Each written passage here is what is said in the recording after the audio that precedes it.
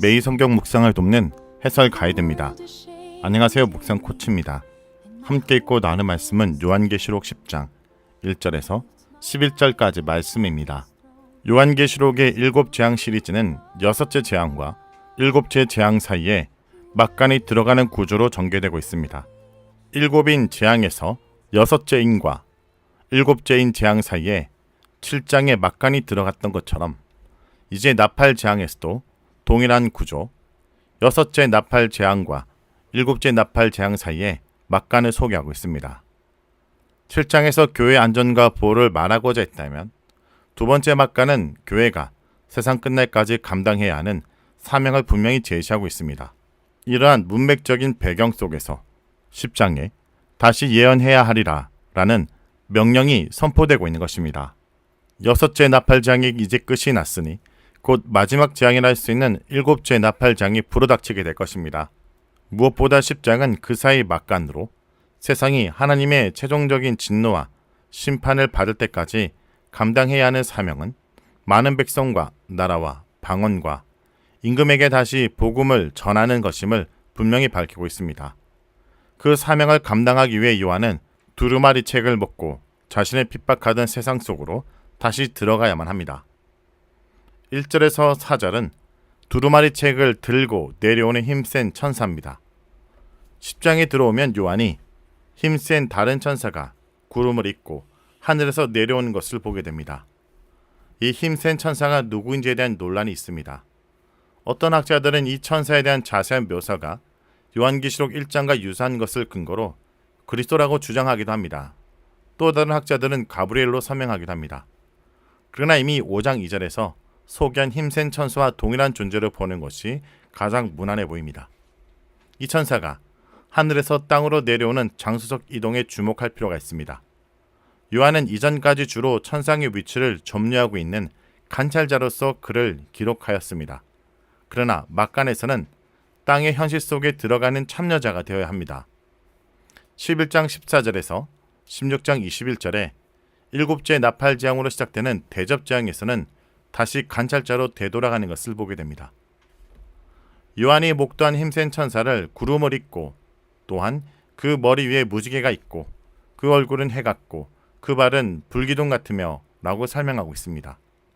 힘센 천사가 하나님의 신적 영광과 권위를 반사하는 존재임을 나타내는 것입니다. 그러나 요한이 집중하고 있는 부분은 단지 힘센 천사의 외적인 모습만이 아닙니다. 그의 손에 펴놓은 작은 두루마리입니다. 이 책은 과연 어떤 책일까요? 이 책은 전에 5장 1절에서 나온 책과 동일한 책으로 봅니다. 작은 두루마리라고 해서 하찮은 의미를 담고 있다고 보아서는 안 되며 작지만 중요한 내용을 담고 있다 보아야 할 것입니다. 그 오른발은 바다를 밟고 왼발은 땅을 밟고 라는 이런 모습은 천사의 거대한 풍채를 강조하는 것입니다. 3절에서 그 힘센 천사가 사자가 부르짖는 것 같이 큰 소리로 외칠 때 마치 7 우레가 외치는 것 같다는 것은 그 소리의 우렁참과 다양함을 의미합니다. 4절에서 요한이 이 7 소리를 기록하려 했으나 임봉하고 기록하지 못하게 합니다. 요한계시록은 하나님의 계획의 큰 그림을 그려주지만 자세한 내용과 세부적 국면들에 해당하는 모든 메시지를 말해주진 않습니다. 5절에서 7절은 지체하지 않을 것을 맹세하는 내용입니다. 본문에서는 힘센 천사가 맹세하고 있습니다. 그 맹세의 주된 내용은 지체하지 아니할 것에 관한 것입니다. 세세토록 살아계시니 곧 하늘과 그 가운데 있는 물건이며 땅과 그 가운데 있는 물건이며 바다와 그 가운데 있는 물건을 창조하신 이를 가르켜 맹세하여 이르되 지체하지 아니하리니. 여기 지체하지 아니할 것이라는 것은 시간이 더 이상 없다라는 뜻입니다. 7절의 말씀처럼 7 천사가 소리내는 날 그의 나팔을 불려고 할 때 하나님의 그 종 선지자들에게 전하신 복음과 같이 하나님의 비밀이 이루어지리라. 하나님께서는 오래 참으시는 분이시지만 그렇다고 해서 영원히 기다리시지는 않습니다.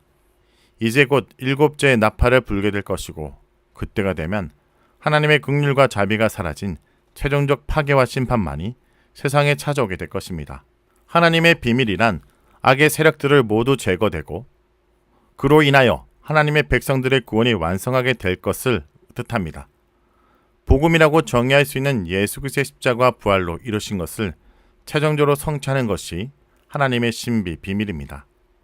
이 세상 역사는 바로 이 하나님의 비밀을 분명히 드러내는 방향으로 향하여 나아가고 있습니다. 8절에서 11절은 책을 먹고 다시 가야 하는 사명입니다. 힘센 천사의 맹세가 분명하고 그래서 이제 곧 지체하지 않고 하나님의 비밀의 경륜이 성취될 것이라면 이제 교회는 어디로 가야 할까요? 이에 대한 대답을 주는 단락이 바로 8절에서 11절입니다. 이 부분에 오면 초점이 흰센 천사에서 요한에게로 옮겨집니다. 이전까지 하나님이 보여주신 계시의 말씀으로 큰 위로와 소망의 메시지를 경험한 요한은 이제 더 이상 방관자가 되어서는 안 됩니다. 그는 참여자의 자리에 서야 합니다. 하나님 나라의 사역을 이루는 적극적인 동참자가 되어야 하는 요한에게 처음 주어진 명령은 책을 먹는 것입니다. 이 두루마리 책을 단순히 읽고 듣는 정도가 아니라 먹어야 합니다. 그 책을 먹어야 한다는 것은 하나님의 말씀을 마음으로 받아들이라는 명령이고 그 말씀을 내면에서 혈관에 흐르게 하라는 명령입니다. 그 책을 먹을 때 요한이 경험하게 되는 것은 입에는 다나 배에는 쓰게 되는 것입니다. 기본적으로 하나님의 복음의 말씀은 생명의 말씀으로 꽃과 성의꿀보다도 더 달콤하지만 말씀대로 실천하며 살려고 한다면 반드시 쓰라린 시련이 찾아옵니다. 복음을 전하는 증인으로 살아가는 걸음에 핍박과 환난이 동반되는 것입니다. 이것은 복음 자체가 주는 기쁨과 복음을 증언하는 사명의 무게감을 동시에 말하고 있는 것입니다. 요한은 다시금 하나님 나라 사명의 참여자가 되게 하기 위하여 주시는 두 번째 명령은 내가 많은 백성과 나라와 방언과 임금에게 다시 예언하여라 하리라 라는 것입니다. 제 아무리 힘든 길이 펼쳐진다 해도 복음이 필요한 사람들에게 다시 들어가는 것이 하나님의 분명한 뜻이라는 것을 알게 합니다. 어려움을 만나겠지만 하나님의 심판이 세상 가운데 펼쳐질 것이기에 지체하지 않고 절박함과 안타까움을 가진 채 백성과 나라와 방언과 임금에게로 나아가야 합니다. 성도 여러분, 하나님의 말씀이 세상을 살리기에는 달콤하지만 동시에 세상으로부터 쓰라린 고난을 받게 하기에 쓰기도 합니다. 하지만 많은 백성과 나라와 방언과 임금에게 충성스럽게 이 말씀을 증거해야 하며 고난 중에 인내해야 합니다. 하나님이 주권자가 되시니 충성할 수 있습니다.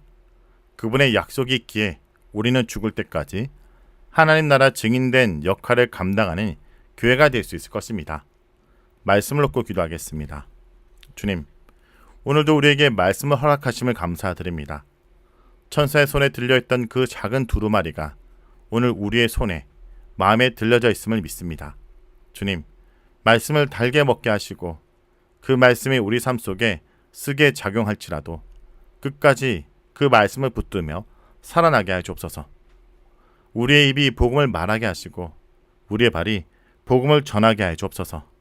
그 누구도 아닌 제가 오늘 그 말씀을 다시 전하게 하여 주옵소서. 주님, 교회가 다시 말씀의 공동체가 되게 하시고 성도 한 사람 한 사람이 작은 두루마리의 사명자로 살아가게 하여 주옵소서. 예수의 이름으로 기도합니다. 아멘.